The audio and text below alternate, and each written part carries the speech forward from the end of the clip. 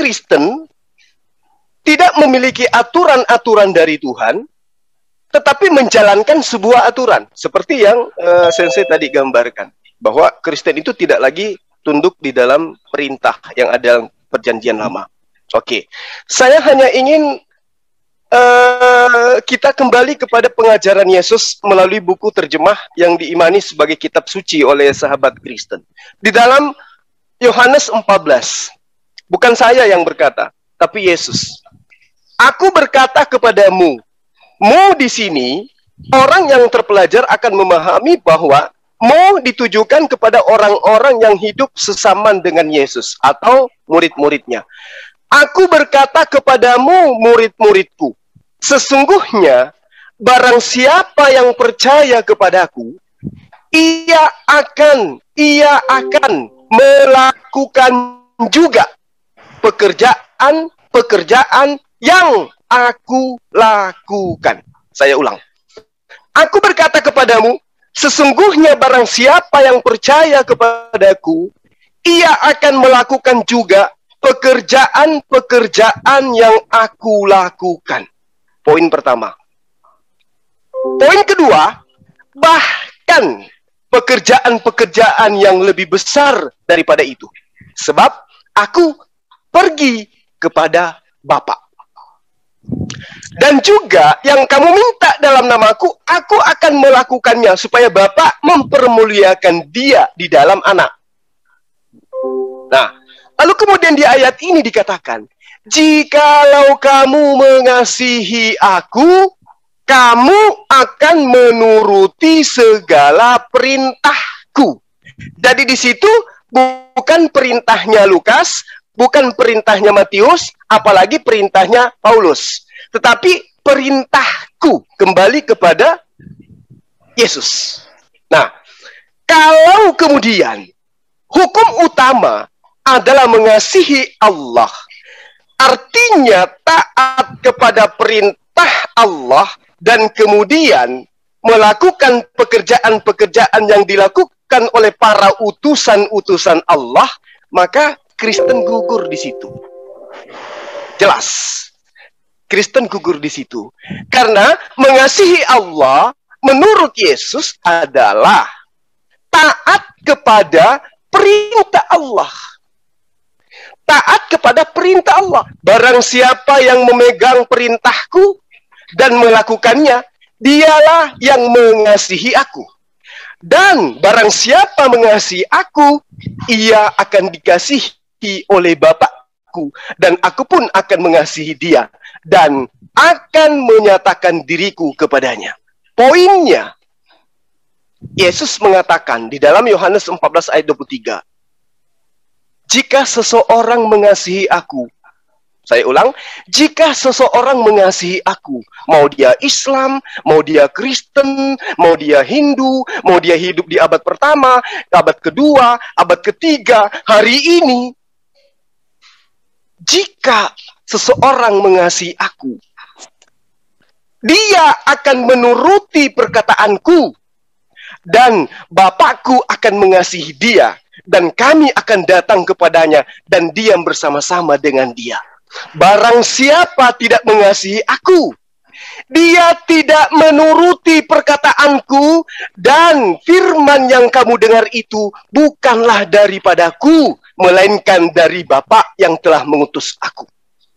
Poinnya dari ayat per ayat, lagi-lagi perkataan Yesus, perkataan Bapa yang harus ditaati, baru bisa disebut mengasihi Bapa.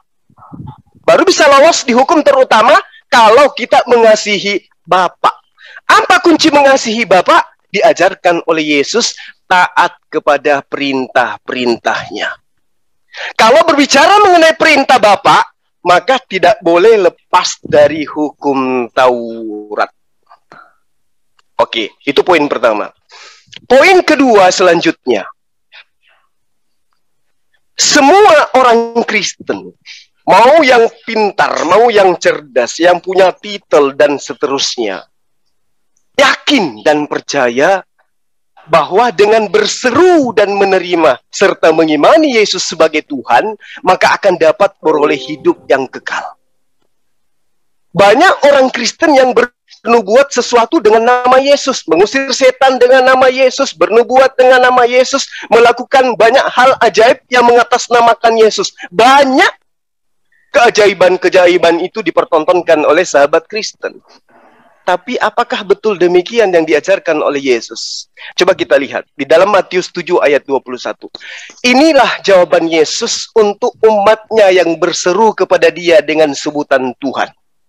Bukan setiap orang yang berseru kepadaku, Tuhan, Tuhan akan masuk ke dalam kerajaan surga, melainkan dia yang melakukan kehendak Bapakku yang ada di surga. Lagi-lagi kembali kepada hukum terutama, harus mengikuti perintah-perintah Bapa yang ada di surga.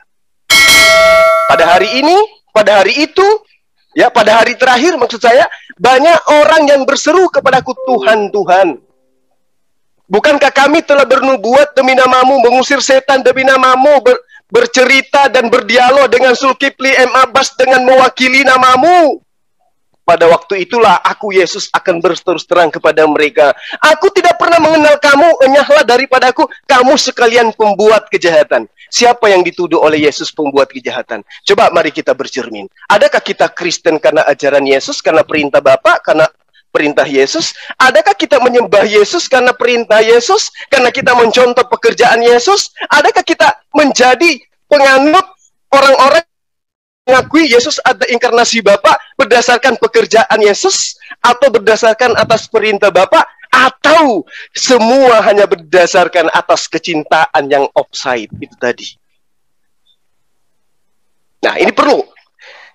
Jadi tidak ada seorang pun yang akan memperoleh hidup yang kekal, walau dia selalu bernubuat, berdialog, mendebat dengan orang Islam dan seterusnya, membawa-bawa nama Yesus, bahkan mengusir setan sekalipun, kalau tidak melakukan kehendak Bapa yang ada di surga, maka dia tidak akan memperoleh hidup yang kekal. Sementara tujuan hidup di muka bumi ini, mau Islam, mau Kristen, mau Hindu, mau Buddha, atau apapun itu, intinya pingin hidup yang kekal.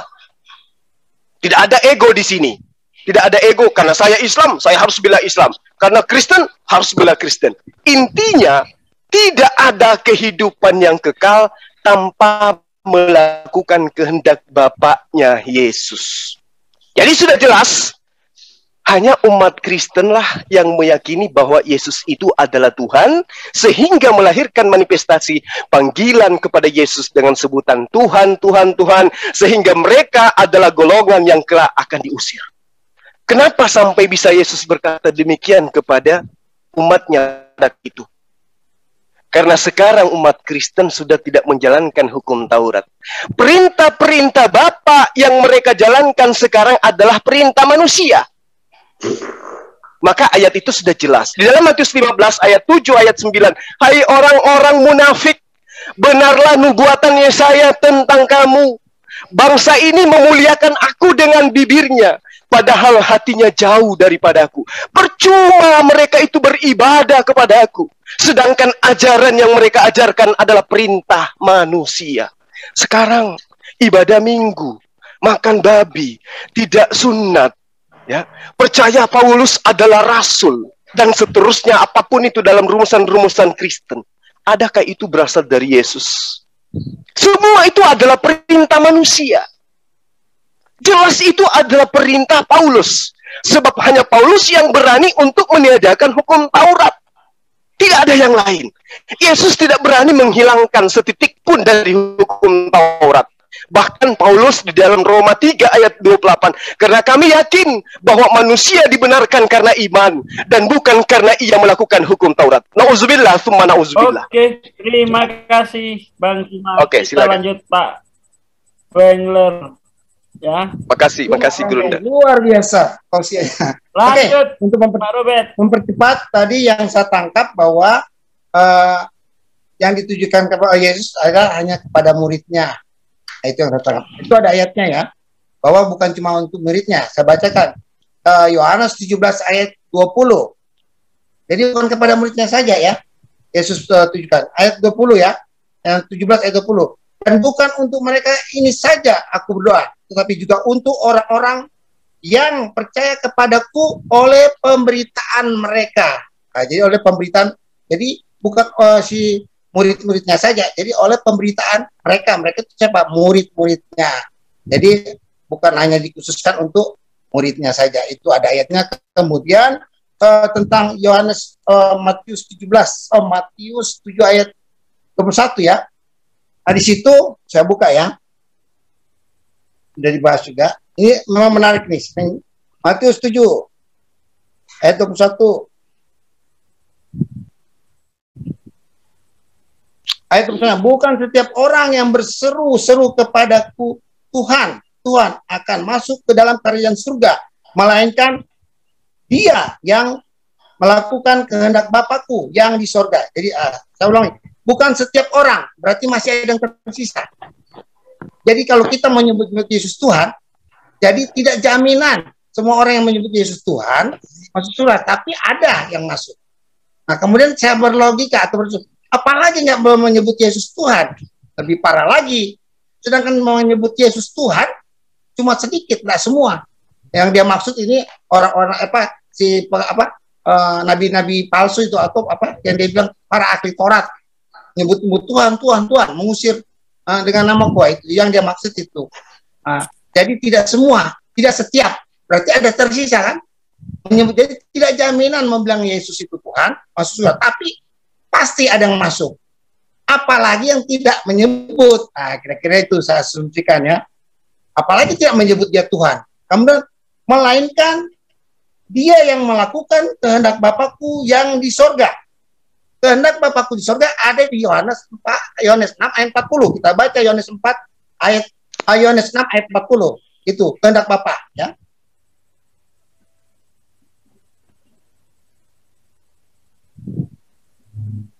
Nah ini Yesus yang bilang ya, sebab inilah kehendak Bapakku, yaitu supaya setiap orang yang melihat anak dan yang percaya kepadanya beroleh hidup yang kekal, dan supaya aku membangkitkannya pada akhir zaman. Itu kehendak Bapa. Yesus yang ngomong. Jadi semua orang harus melihat Yesus, harus memandang Yesus, harus melihat semua tingkah lakunya Yesus. Tidak. Jadi kalau tidak melihat kehendak Yesus, sia-sia. Sebab Yesus tidak minta disembah. Dia cuma minta ditinggikan. Yesus minta hanya ditinggikan. Dia tidak mau disembah. Banyak orang yang menyembah dia juga menolak.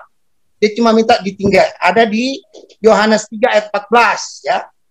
Nah, saya baca Yohanes 3 ayat 14. Yesus cuma minta, ada 3 ayat yang saya dapat. Dia tidak minta disembah, tapi dia minta ditinggikan. Nanti akan kita ketemu siapa Yesus sebenarnya. Yohanes 3 ayat 14. Nah, dan sama seperti Musa meninggikan ular di padang gurun, demikian juga anak manusia harus ditinggikan.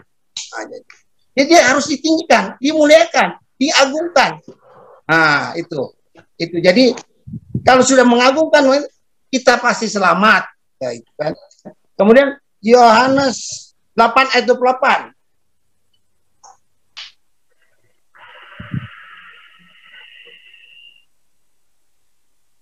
Maka kata Yesus, apabila kamu telah menikahkan anak manusia, barulah kamu tahu bahwa akulah dia. Akulah dia. Siapa akulah dia? Dialah si Tuhan itu, dialah si Bapa itu. Kalau sudah mengagungkan dia, meninggikan dia, itu harus, dia bilangnya. Nah, kemudian ayat yang ketiga, Yohanes 12 ayat 26.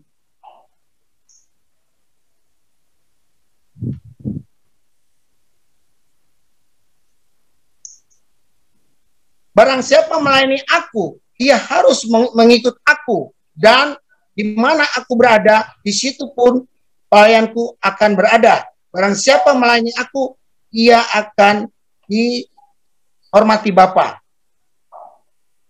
28-nya ya. Nah.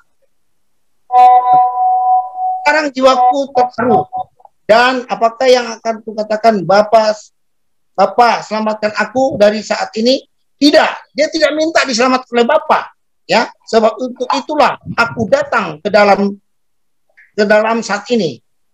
Bapa, muliakanlah namamu. Nah, ada pokoknya itu ada 3. Kemudian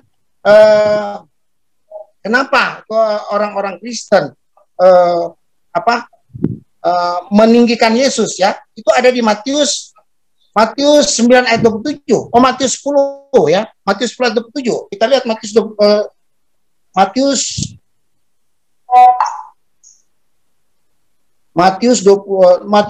ayat 27.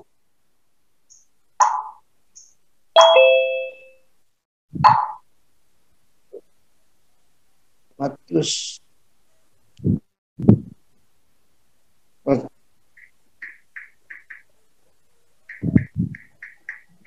Aduh, salah buka saya. Pokoknya ayat yang dimaksud adalah jika engkau mengasihi bapak, ibumu atau siapapun lebih daripada aku, tidak layak. Jadi kita mau cinta siapapun melebihi daripada Yesus tidak layak. Mau dia nabi, mau dia siapa, kalau kita melebihi mencintai daripada Yesus, itu tidak layak baginya. Nah, itu yang dia bilang. Kemudian, kenapa Yesus dia orang Kristen menganggap dia adalah Tuhan, bukan menganggap dia Tuhan, memang dia adalah Tuhan itu sendiri ya. Nanti kita baca di Yohanes 17 ayat 7. Ya, itu ada di Yohanes 5 ayat 22. Yohanes 5 ayat 22. Ya. Kenapa orang Kristen itu sangat mengagungkan dia, sangat menghormati? Sebab dia bilang, Bapa tidak mengakui siapapun, melainkan telah menyerahkan penghakiman itu seluruhnya kepada anak. Supaya 23 teman. Ya, 23. Supaya semua orang menghormati anak sama seperti mereka menghormati Bapa. Jadi menghormati Yesus itu sama seperti tidak boleh kurang dari menghormati Bapa. Bapa itu siapa? Tuhan itu sendiri, ya. Jadi siapa sih Bapa? Dia itu sendiri. Nanti ada di Yohanes 16 itu. Siapa sih Bapa itu sih? Atau ada di Yohanes 8 ayat 19. Jawabannya di Yohanes 8 ayat 40 ayat 24 gitu. Siapa sih Bapa itu sebenarnya? Jadi itu dasar orang Kristen menghormati Yesus seperti sama seperti itu permintaannya dia di Yohanes 5 ayat 23. Jadi kalau mau menghormati dia atau menyembah dia, harus sembah dia seperti menyembah atau menghormati Bapa, tidak boleh kurang. Nah, maka orang Kristen sangat menghargai Yesus seperti menghormati Bapa, seperti menghormati Tuhan, karena dia adalah Tuhan itu sendiri. Sebab di Yohanes 17 ayat 5, Yohanes 17 ayat 5, dia sudah ada sebelum kemuliaannya, dia sudah ada di taktanya dia di surga. Pak Robert sudah 8 menit. Ya, oke, lanjut. Ya, saya bikin 8 menit, Pak. Oke, sekarang Guru Zuma, monggo dipersilahkan. Baik. Jadi pertama saya terima kasih ya atas khotbah Sensei yang begitu luar biasa gitu. Tadi di awal mengambil Yohanes kalau saya tidak salah tadi di awal mengambil ayat di Yohanes 17 ya. Ya. Kalau nggak salah. Lalu kemudian ngambil di Yohanes 6 ayat Yohanes 17 ayat 20 ya. Ayat 17 ayat 20 ya. Ya, kan tadi saudaraku bilang bahwa ditujukan kepada murid-muridnya saja. Tapi Yesus jawab di Yohanes 17 ayat 20. Oke. Di situ dikatakan Yohanes 17 ayat 20. Dan bukan untuk mereka ini saja aku berdoa. Ini di sini siapa? Mereka di situ siapa? Murid-murid Yesus. Nah, murid-murid Yesus ini juga akan ada pengikut. Itu sudah pasti. Ya. Makanya Yesus mengatakan, dan bukan untuk mereka ini saja aku berdoa, tetapi juga untuk orang-orang yang percaya kepada aku oleh pemberitaan mereka, gitu loh. Jadi murid dari murid yang mengajarkan tentang Yesus. Ya. Ya, oke. Lalu kemudian di banyak dalil Yesus mengatakan, aku diutus hanya kepada domba-domba yang hilang dari Bani Israel. Aku berdoa bukan untuk dunia, tetapi hanya untuk mereka. Lalu kemudian dalil yang kedua yang diambil tadi adalah Yohanes 6 ayat 40. Sebab inilah kehendak Bapakku, yaitu supaya setiap orang yang melihat anak, yang percaya kepadanya, beroleh hidup yang kekal. Nah, apa sih definisi percaya kepada Yesus menurut Yesus? Percaya kepada Yesus seperti yang saya terangkan tadi. Sesungguhnya barang siapa yang percaya kepadaku, ia akan melakukan juga pekerjaan-pekerjaan yang aku lakukan. Yesus syahadat, Yesus sujud dalam beribadah, dia sunat, dia berpuasa, menyembah hanya kepada Allah, melihara hari yang dikuduskan di dalam kitab Taurat. Berarti kalau percaya kepada Yesus, kudu wajib menjadi praktisi Yudaism, bukan menjadi Kristen. Sebab inilah kehendak Bapakku. Apa kehendak Bapakku? Yaitu supaya setiap orang yang melihat anak dan yang percaya kepadanya beroleh hidup yang kekal. Jadi kalau percaya kepada Yesus, berarti harus percaya kepada ajarannya, ucapannya, perkataannya. Kenapa ini yang dijadikan oleh Yesus standar? Karena Yesus pada saat datang kepada Bani Israel, orang-orang itu tidak percaya. Tidak percaya kalau Yesus itu adalah Rasul Tuhan. Tidak percaya kalau Yesus itu adalah utusan Tuhan. Makanya dia mengatakan, sebab inilah kehendak Bapakku, yaitu supaya setiap orang yang melihat saya, yang percaya kepada saya, beroleh hidup yang kekal. Nah, bagaimana konsep percaya itu? Saya sudah terangkan. Barang siapa yang percaya kepada aku, ia akan melakukan juga pekerjaan-pekerjaan yang aku lakukan. Nah, seseorang yang melakukan pekerjaan-pekerjaan Yesus sudah pasti bukan Kristen. Karena Yesus adalah pekerjaannya, ruang lingkupnya, 1, menghidupkan orang mati. 2, membuat orang buta berjalan. 3, orang lumpuh berjalan, orang buta melihat, dan seterusnya. Dan yang terpenting adalah pekerjaan-pekerjaan Yesus menjalankan syariat Taurat. Berarti orang yang menjalankan pekerjaan-pekerjaan Yesus sudah pasti bukan Kristen. Lalu kemudian di dalam Yohanes 3 tadi ayat 14, dan sama seperti Musa meninggikan ular di padang gurun, demikian juga anak manusia harus ditinggikan. Nah, Yesus ketika datang kepada Bani Israel, jangankan duduk sebagai Hasem Tuhan, duduk sebagai Mesias aja kagak. Berarti orang-orang yang hidup dari Bani Israel ini harus meninggikan Yesus sebagai apa? Sebagai Mesias. Karena kenapa? Ayat selanjutnya mengatakan, karena begitu besar kasih, di ayat 15-nya dikatakan, supaya setiap orang yang percaya kepadanya beroleh hidup yang kekal. Ayat 15. Lagi-lagi percaya. Siapa yang percaya kepada Yesus akan memperoleh hidup yang kekal. Siapa yang percaya kepada Yesus akan melakukan pekerjaan-pekerjaan yang dilakukan oleh Yesus. Siapa yang melakukan pekerjaan Yesus sudah pasti bukan Kristen. Dan sama seperti Musa meninggikan ular di padang gurun. Kalau kita kembali kepada kitab Yesaya atau kitab Ulangan, kaitannya cerita Musa ketika dia mengambil tembaga berbentuk ular, kemudian ditinggikan. Barang siapa yang menatap kemudian patung ular itu yang terbentuk dari tembaga, maka dia akan disembuhkan. Maka status Yesus kemudian itu sama dengan patung tadi.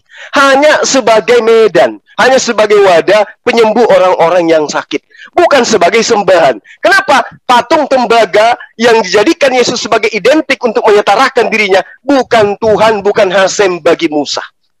Itu poinnya. Kemudian, sensei saya, guru saya tadi, mengambil Yohanes 8 ayat 28. Maka kata Yesus, apabila kamu telah meninggikan anak manusia, barulah kamu tahu bahwa akulah dia. Akulah dia. Yesus mengatakan, akulah dia. Dia datang kepada Bani Israel yang menunggu sang Mesias. Bani Israel menunggu sang Mesias, bukan menunggu sang Tuhan atau sang Hasem nusul jadi manusia. Tapi yang ditunggu oleh Bani Israel adalah Mesias yang sama seperti Kores, sama seperti Daud, sama seperti Harun, sama seperti Musa. Nah, kenapa ada pernyataan ini? Apabila kamu telah meninggikan anak manusia, meninggikan sebagai apa? Sebagai Mesias. Maka kamu akan tahu, akulah Mesias itu.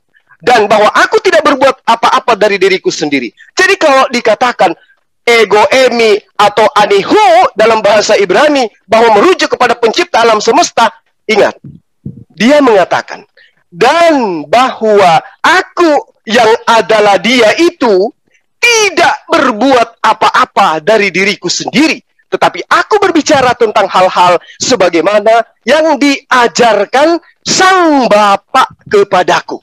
Jadi, pemahaman sahabat Kristen yang mengatakan ego emi sama dengan Tuhan, tidak mungkin Tuhan tidak berbuat apa-apa dari dirinya sendiri. Tidak mungkin Sang Pencipta alam semesta diajarkan lagi oleh Sang Bapa kepadanya. Lalu dikatakan di ayat 29-nya, dan dia yang telah mengutus aku, dia menyertai aku, dan dia tidak membiarkan aku sendiri. Berarti Yesus dan Bapa berdua, tidak satu. Terima kasih. Sudah 8 menit, biar tidak kelamaan. Monggo Pak Robert, silahkan. Terima kasih, luar biasa ya. Oke, apa yang dipahami oleh saudaraku, Mak, saya hargai. Tapi saya mau menjelaskan apa yang kami pahami, atau saya pribadi deh yang pahami, bahwa yang dimaksud adalah pekerjaan-pekerjaan itu ada 2 klasifikasi ya. Pekerjaan-pekerjaan dia sebagai manusia, keteladanan, dan pekerjaan-pekerjaan Bapa yang dia lakukan. Pekerjaan Bapa itu apa? Bapa itu menciptakan langit dan bumi, menghidupkan orang mati, dan macam pokoknya pekerjaannya Tuhan lah yang dia lakukan. Dan tidak ada ayatnya juga dia bilang tidak semua orang bisa. Dia bilang kalau nggak ada di Yohanes 15 atau ya, tidak semua orang bisa yang pekerjaan yang sangat spesifik itu, yang hanya bisa dilakukan oleh Allah. Ya itu maka dia mau ditimpuk sama orang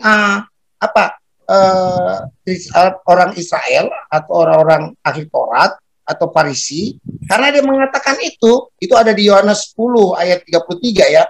Dia bilang, jangan kamu lihat masalah itu, lihatlah pekerjaan-pekerjaan yang dilakukan, pekerjaan Bapa ya, Bapa yang dilakukan, dan pekerjaan Bapa itu tidak ada yang bisa melakukan kecuali Dia ya. Maka dijelaskan banyak di kitab Petrus. Ada juga Paulus menjelaskan tentang siapa yang menjadikan langit dan bumi. Yohanes juga mengatakan segala sesuatu dijadikan oleh Dia, ya. Sehingga Yohanes menulis itu dengan Roh Kudus, ya. Itu ada di Yohanes 1 ayat 3 ya.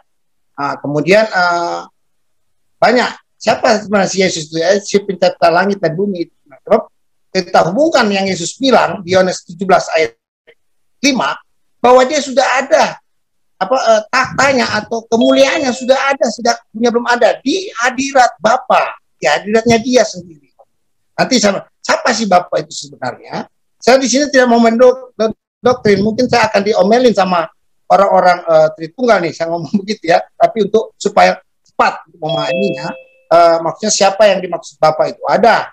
Ayat-ayatnya itu ada di Yohanes 8 ayat 19. Waktu orang Israel, waktu orang-orang Palestina, tunjukkan Bapa itu kepada kami. Dia jawab di Yohanes 8 ayat 24. Ya, kamu akan mati karena dosamu. Akulah Dia. Gitu kan, jawabnya itu. Akulah Dia. Ya, maksudnya Dialah si Bapa itu. Maksudnya. Itu nanti didukung oleh ayat 16 ya. Yohanes 16 itu kan. Jadi kalau mau meminta kepadanya, mau minta apa saja kepada Bapa, ya, pasti Bapa akan berikan dalam namaku, dalam nama Dia. Kalau mau minta kepada Bapa dalam namaku, pasti Bapa berikan. Ya. Habis itu dia bilang lagi, nggak perlu lagi pakai Bapa. Minta aja dalam namaku, pasti diberikan. Di Yohanes 14, minta dalam namaku. Dia bilang. Nggak perlu pakai Bapa, nggak perlu pakai ini. Bapa itu dia sendiri ya, atau Bapa itu Tuhan itu, dia itu sendiri. Nah itu ada pembahasan lain nanti kita ini. Tapi ya saya agak singgung sedikit. Itu maksudnya. Sehingga orang dia bilang siapa sih manusia atau nabi siapa sebelum Yesus ya mengatakan kemuliaannya di hadirat Bapa sejak dunia belum sudah ada. Jadi dia sudah ada sebelum dunia dijadikan. Pra-eksistensinya sudah ada. Yang kita kenal itu, ya maaf ya, orang Kristen sangat yakin bahwa itu dia adalah YHWH itu sendiri. Sebab di Yohanes 17 ayat 11-12 dia mengatakan nama Bapa itu telah diberikan kepadanya. Kalau kita bisa baca ya.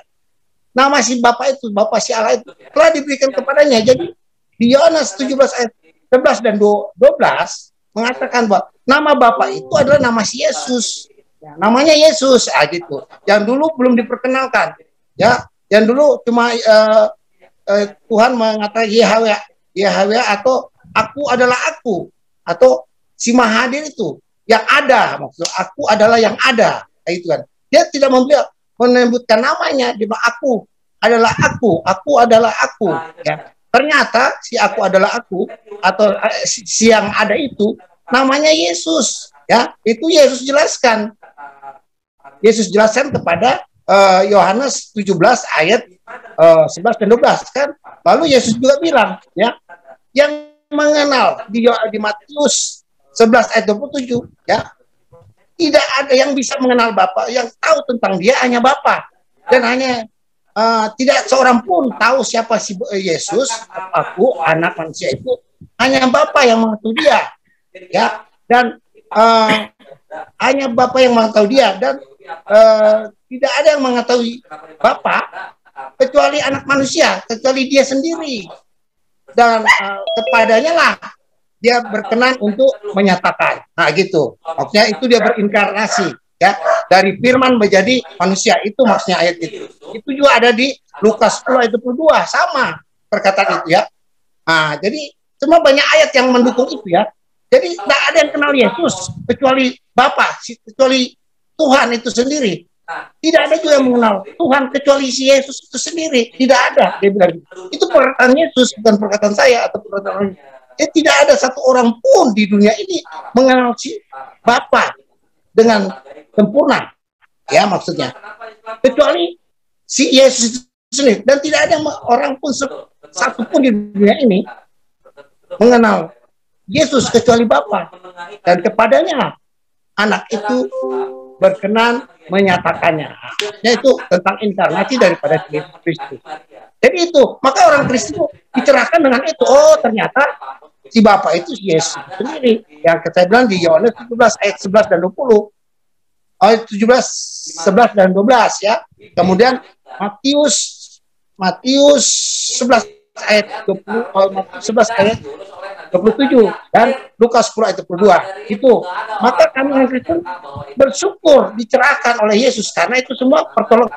Waktu Yesus tanya, siapakah aku ini? Petrus bilang, engkau adalah anak manusia. Petrus, bukan engkau yang mengatakan, itu Bapakku sendiri yang mengatakan. Jadi yang mengatakan Yesus itu bukan kami orang Kristen, itu tuntunan Roh Kudus. Seperti dia bilang di Yohanes 6 ayat 44 dan Yohanes 6 ayat 63 kalau nggak salah, ya. Jadi untuk datang kepada Yesus itu tuntunan atau anugerah, itu bukan kita punya kemauan, itu dia sendiri yang pilih. Jadi kan orang Kristen itu percaya Yesus bukan karena kami yang memilih dia, tapi karena anugerah yang diberikan olehnya. Ya, mudah-mudahan nanti di luar orang Kristen juga akan mendapat anugerah itu, seperti Yohanes 6 ayat 44 dan Yohanes 6 ayat 63 kalau salah, ya. Itu yang saya apa. Jadi anugerah sekali, ya. Kami sampai mengenal Yesus yang dia perkenalkan siapa dia. Nah, kemudian kita mau kaitkan. Oke, terima kasih Pak Robert, sudah 8 menit. Lanjut Gurunda. Halo Gurunda. Karena memang ada dua perkara di sini. Sorry, maaf. Jadi tadi yang disampaikan oleh Sensei, ya, sangat menarik, yaitu adalah iman Kristen, ya. Jadi ketika dikatakan bahwa pekerjaan yang Yesus maksud itu adalah mencipta alam semesta dan seterusnya. Tapi coba kita lihat, ketika Yesus mengatakan, siapa yang percaya kepadaku, maka dia kudu melakukan pekerjaan yang pernah aku lakukan. Sesungguhnya barang siapa yang percaya kepada aku, itu penekanannya. Sesungguhnya barang siapa yang percaya kepada aku, Yohanes 14 ayat 12, dia akan melakukan juga pekerjaan-pekerjaan yang aku lakukan. Berarti kalau pekerjaan yang dimaksud di sini adalah menciptakan alam semesta, maka ini gimana ceritanya nih? Yang percaya kepada Yesus harus juga melakukan pekerjaan-pekerjaan yang dilakukan Yesus, yaitu menciptakan alam semesta. Itu sudah tidak rasional di situ. Berarti pekerjaan-pekerjaan yang dimaksud Yesus di situ adalah hukum syariat Taurat, bukan menciptakan alam semesta, bukan membangkitkan orang mati dan seterusnya. Tetapi pekerjaan yang dimaksud oleh Yesus adalah ketaatan Yesus menjalankan hukum Tuhan. Dan jika percaya kepada Dia, kata Yesus, maka dia akan melakukan hukum itu. Dan kalau melakukan hukum itu, maka dia akan memperoleh hidup yang kekal. Itu yang pertama. Ya, jadi yang dituangkan di dalam Yohanes 14 ayat 12 itu sudah jelas. Nah, lalu ketika dikatakan bahwa aku ada sebelum Abraham ada, lalu kemudian dianggap dia itu adalah Tuhan. Saya hanya ingin mengutip dua ayat di dalam 1 Korintus 15 ayat 47. Di situ diterangkan begini, manusia pertama berasal dari debu tanah dan bersifat jasmani. Manusia kedua berasal dari surga. Berarti Yesus itu adalah manusia kedua. Manusia pertama adalah Adam. Nah, di ayat 15 ayat 48, kalau teman-teman Kristen, sahabat saya dari Kristen mengatakan, oh jelas manusia kedua adalah Yesus, dan di situ dikatakan dia berasal dari surga. Lanjutkan di ayat ke-48 dari 1 Korintus 15 ini. Apa yang dikatakan? Makhluk-makhluk alamiah sama dengan dia yang berasal dari debu. Dan makhluk-makhluk surgawi sama dengan dia yang berasal dari surga. Berarti, kalau Yesus dituhankan karena dia berasal dari surga, maka makhluk-makhluk surgawi yang sama seperti Yesus yang berasal dari surga juga itu adalah Tuhan. Nah, kembali, aku ada sebelum Abraham ada. Ini unik memang. Kalau orang maaf saya potong. Bukan itu. Yang saya kasih adalah Yohanes 17 ayat 5. Oh, Yohanes 17 Yohanes 8 ayat 40 berapa itu kalau yang dimaksud. Tapi yang saya kasih Yohanes 17 ayat 5. Yohanes 17 ayat 5. Oke, baik. Yohanes 17 ayat 5. Oleh sebab itu ya Bapak, nah ini, Yesus lagi mempertontonkan dirinya sebagai orang yang taat kepada hukum Taurat. Dia berdoa kepada Sang Bapa. Oleh sebab itu ya Bapak, permuliakanlah aku padamu sebagaimana kemuliaan yang kumiliki di kehadiratmu sebelum dunia ada. Jadi gini, para nabi, para utusan, para Mesias, itu memang sudah dinubuatkan, itu memang sudah direncanakan untuk menjadi Mesias. Seperti Abraham misalnya, seperti orang-orang yang dimuliakan misalnya, itu memang sudah berbicara mengenai preeksistensi orang-orang ini, termasuk Yesus. Nah, kalau kita teliti dengan baik ayat ini, oleh sebab itu ya Bapak, permuliakanlah aku. Berarti dia minta dimuliakan. Ya, dimuliakan kehadirat Bapa dengan kemuliaan yang dimiliki oleh Yesus di kehadirat Tuhan sebelum dunia ada. Berarti kemuliaan Yesus itu adalah kemuliaan yang melekat pada diri Bapa yang kemudian diberikan kepada Yesus. Nah, sama seperti Musa, kemuliaan yang ada pada diri Musa itu adalah kemuliaan Bapa yang diberikan kepada Musa. Kemuliaan kepada orang-orang yang mulia, orang-orang yang kudus, semuanya berasal dari sisi Bapa. Makanya Yesus menjawabnya di ayat 7-nya. Sekarang mereka tahu bahwa semua yang engkau berikan kepadaku itu berasal daripadamu. Lalu ayat 8-nya, segala firman yang engkau sampaikan kepadaku telah aku sampaikan kepada mereka, dan mereka telah menerima. Mereka benar-benar percaya. Mereka benar-benar yakin aku datang daripadamu, dan mereka percaya bahwa engkaulah yang telah mengutus aku. Berarti kalau percaya, Yesus kudu wajib dipercayai sebagai utusan Allah. Nah, mundur ke ayat 3. inilah hidup yang kekal. Nah, orang menjadi Kristen tentu ingin memperoleh hidup yang kekal. Orang menjadi Islam tentu ingin memperoleh hidup yang kekal. Resepnya dari Yesus yaitu pertama, bahwa mereka mengenal Engkau satu-satunya Allah yang benar. Berarti tidak dua, tidak tiga. Dan di saat mengenal Allah satu-satunya Allah yang benar, Yesus di situ sebagai apa? Dan mengenal Yesus Kristus yang telah Engkau utus. Itu poinnya. Berarti untuk memperoleh hidup yang kekal harus mengenal Allah yang mengutus Yesus sebagai satu-satunya Allah yang benar. Yesus pada saat itu hanya sebagai utusan Allah. Jadi dia tidak sama dengan Allah. Lalu kemudian dari ayat yang di dalam kitabnya sahabat Kristen, Yesus menerangkan seperti ini. Dan janganlah kamu menyebut siapapun Bapa di bumi ini. Karena hanya satu Bapakmu, yaitu Dia yang ada di surga. Ini pesan emas dari Yesus.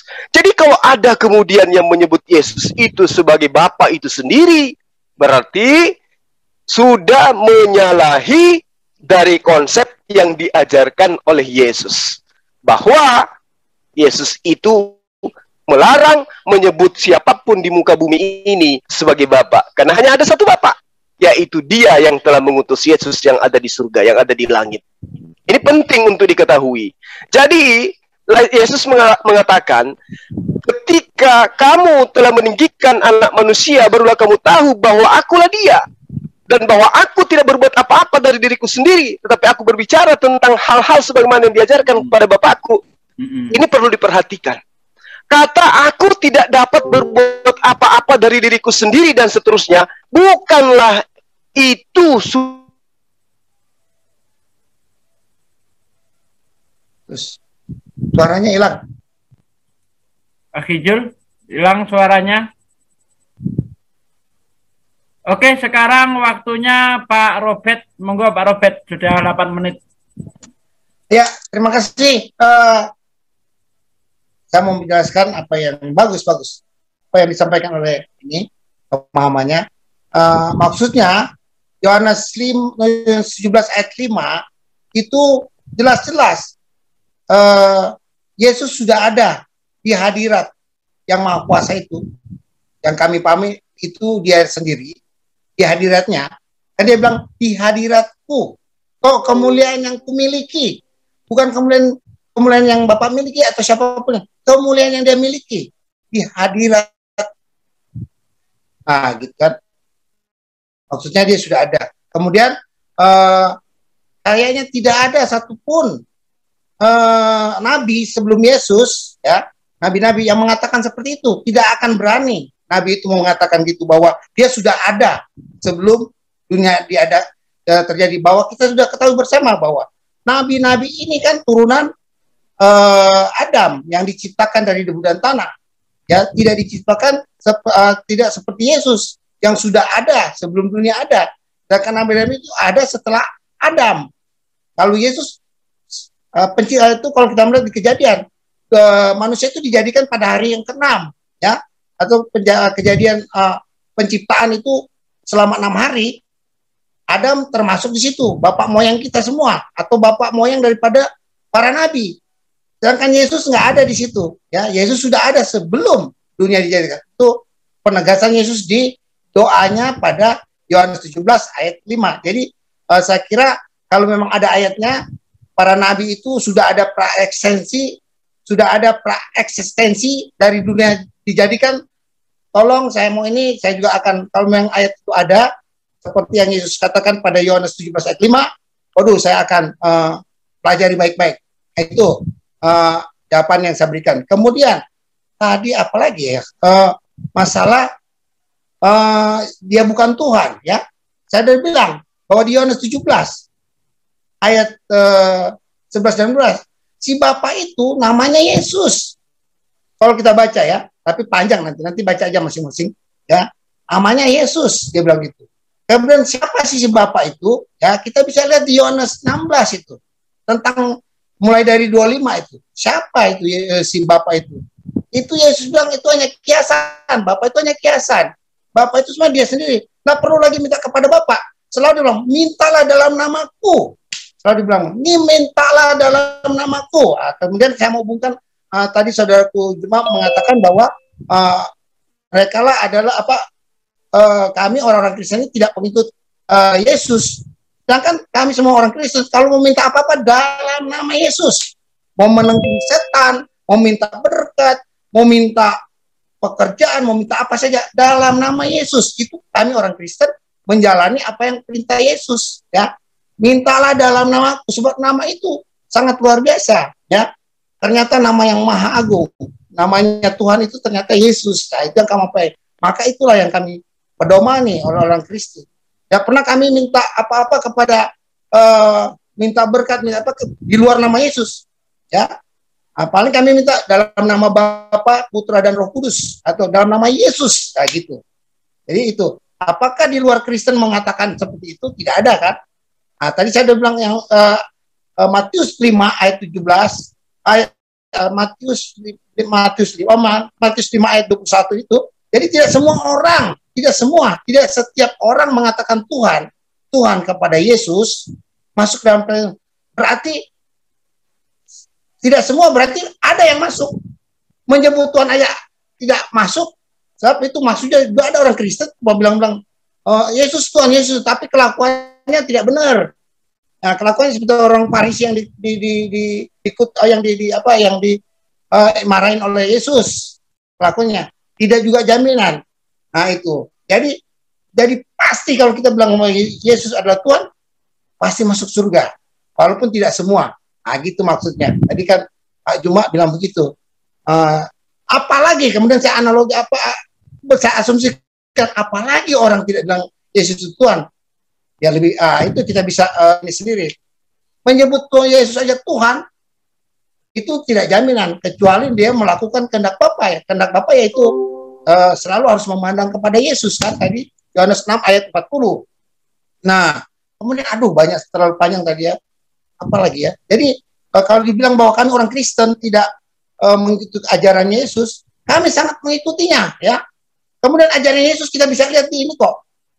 Di Matius 6 sampai Matius 6 Matius 7 Matius 8 tuh tentang berdoa.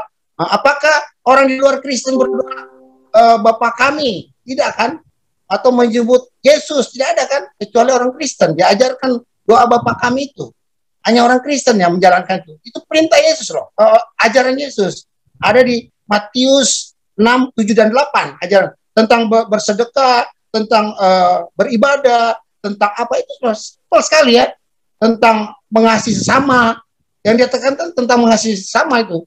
Kita buka aja di Matius 6, 7 dan 8. Itu ajaran Yesus. Ya, ajaran yang sangat simpel, tapi tidak tidak mudah untuk kita ini kan mengaplikasikannya. Saya kira begitu. Apalagi ya? Masih berapa menit, Pak Ustadz Sugi saya? Pak Ustadz Sugi, berapa menit lagi saya? 2 menit lagi, Pak. 2 menit lagi. Masih bisa ya. Jadi begitulah. Kalau kami dituduh bahwa kami bukan pengikut Kristus, itu mungkin keliru. Saya bukan bilang salah, itu keliru. Kami adalah benar-benar pengikut Kristus, yaitu mengikut ajarannya dia. Masalah makan babi, makan apa, ya. Kalau kita mau lihat binatang-binatang yang dilarang kan, atau haram dimakan itu kan ada di imamat kan, ada bukan 10 aja, mungkin ratusan binatang yang dilarang kan, sangat dilarang. Nah, Yesus tidak menyinggung soal itu ya, masalah makan, sebab tidak ada artinya bagi. Kemudian lagi tadi Pak Juma bilang katanya yang menghilangkan hukum Taurat adalah si Paulus. Saya bilang juga keliru, bukan salah. Itu di Yesus sendiri yang bilang di Lukas 16 ayat 16 ya, bahwa kitab Taurat dan Taurat dan kitab para nabi selesai pada waktu Nabi Yesaya atau Nabi Yohanes Pembaptis tiba. Selesai sudah, dia bilang gitu kan. Bukan si Paulus kesian. Yesus yang bilang kitab Taurat dan kitab para nabi berakhir setelah tampilnya Yohanes. Itu di Lukas 16 ayat 16. Jadi bukan Paulus. Jadi itu keliru lagi ya. Saya bilang. Jadi yang kita orang Kristen jalan tetap itu ya 10 hukum Tuhan itu ya. 10 hukum Tuhan ya, ditambah dengan syariat-syariat, ditambah dengan yang tidak tertulis yang Yesus bilang tadi kan, yang tadi saya jelaskan, yaitu yang tersirat. Nah, itu sampai nanti dunia kiamat. Kemudian saya mau mengatakan kenapa orang Kristen mengatakan bahwa Yesus Tuhan. Kita bisa lihat di Matius 24 itu mulai dari 29 ya. Jika anak manusia datang dalam kemuliaannya ya, dia yang akan bintang-bintang akan jatuh, bulan semua rontok ya. Kemudian dia akan datang. Oke, habis waktunya Pak Robert. Aki Zuma masih ada? Halo? Iya. Kenapa? Iya, Gurunda sedikit lagi. Jadi ketika Yesus mengatakan tidak setiap orang yang menyeru Tuhan, Tuhan kepadaku masuk ke dalam kerajaan Bapa, melainkan mereka yang melakukan kehendak Bapakku. Jadi di situ ada sekumpulan orang yang menyeru Yesus. Ya, jadi kalau diasumsikan apalagi yang tidak, oh salah. Karena Yesus mengatakan tidak semua, berarti kumpulan orang-orang yang hanya memanggil Yesus. Jadi yang diseru Yesus, yang diceritakan Yesus ini hanyalah mereka yang menyeru dia dengan sebutan Tuhan. Nah, sekarang mari kita kaji. Tuhan yang dimaksud Yesus di situ adalah Tuan.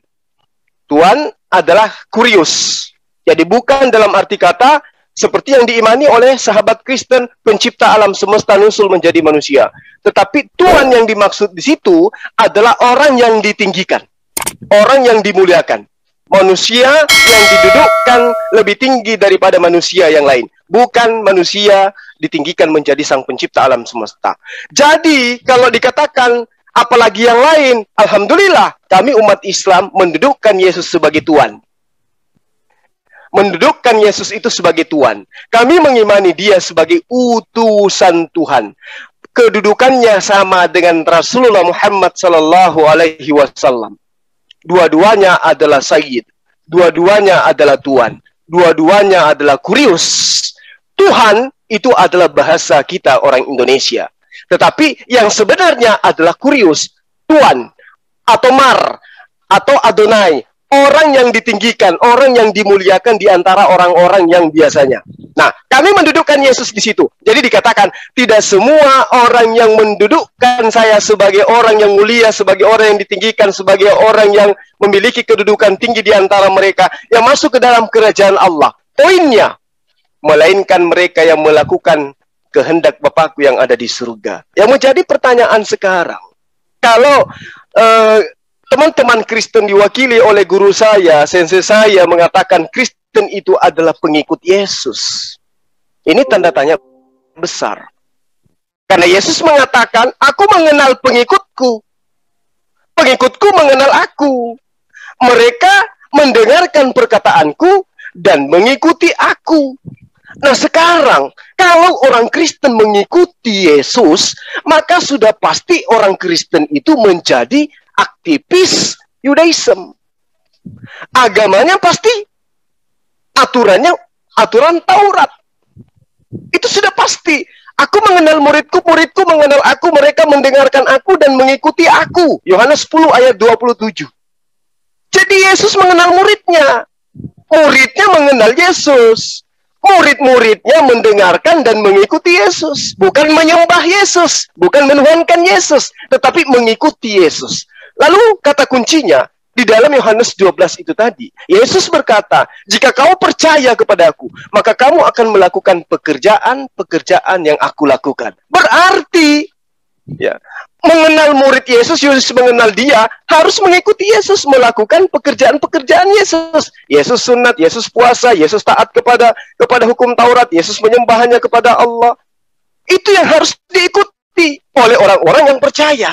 Nah, lalu kemudian di dalam saya minjam Yakobus 2 ayat 17.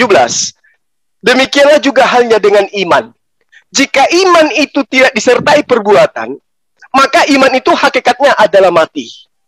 Katanya percaya kepada Yesus, tapi perbuatannya tidak mencerminkan kepercayaannya terhadap Yesus. Sementara Yesus mengatakan, kalau kamu percaya kepadaku, kamu akan melakukan perintah-perintahku, kamu akan mengikuti perkataanku. Kalau kamu percaya, tapi imannya mengatakan percaya, tapi perbuatannya mencerminkan tidak.